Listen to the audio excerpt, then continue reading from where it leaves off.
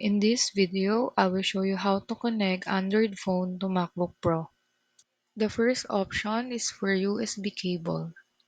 To do this, go plug your Android phone into your MacBook Pro with the USB cable. Then on your phone, swipe down the notification shade, tap USB options, then choose File Transfer or MTP. Now on your Mac, download and install Android File Transfer from Google if you still don't have it.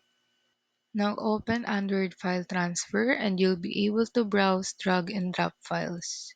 Now for the second option, we will be using wireless transfer with AirDroid.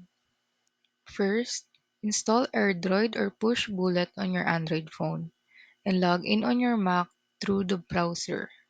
Then you can now wirelessly transfer files, send text, and mirror notifications. Now for the last option, we will be using Bluetooth connection.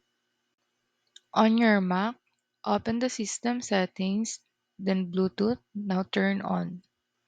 Now on your phone, go to settings, then look for Bluetooth and enable, then pair new device. Now select your MacBook from the list and pair using the code.